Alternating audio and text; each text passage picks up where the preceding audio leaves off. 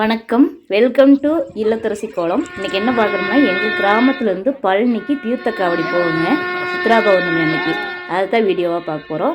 நான் போகல, எங்கள் வீட்டுக்காரர் தான் போனாங்க. ஏன்னா நான் வந்து சின்னதில் போயிருக்கிறேன். இப்போ வந்து எனக்கு போக முடியாதுங்க, கால் வலி இருக்கிறதுனால போக முடியாது. அதனால் எங்கள் வீட்டுக்காரர் போவாங்க. இந்த கிராமத்தில் எல்லாருமே ஓரளவுக்கு தெரியுங்க. அதே மாதிரி எங்கள் வீட்டுக்காருக்கும் தெரியும்.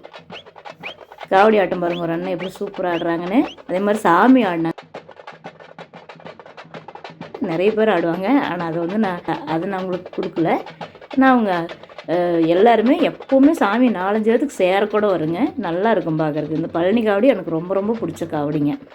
நான் சின்னதுலேருந்து போன காவடி. இப்போ எங்கள் வீட்டுக்காரர் போயிட்டுருக்காங்க. நல்லா இருக்குங்க பார்க்குறக்கு.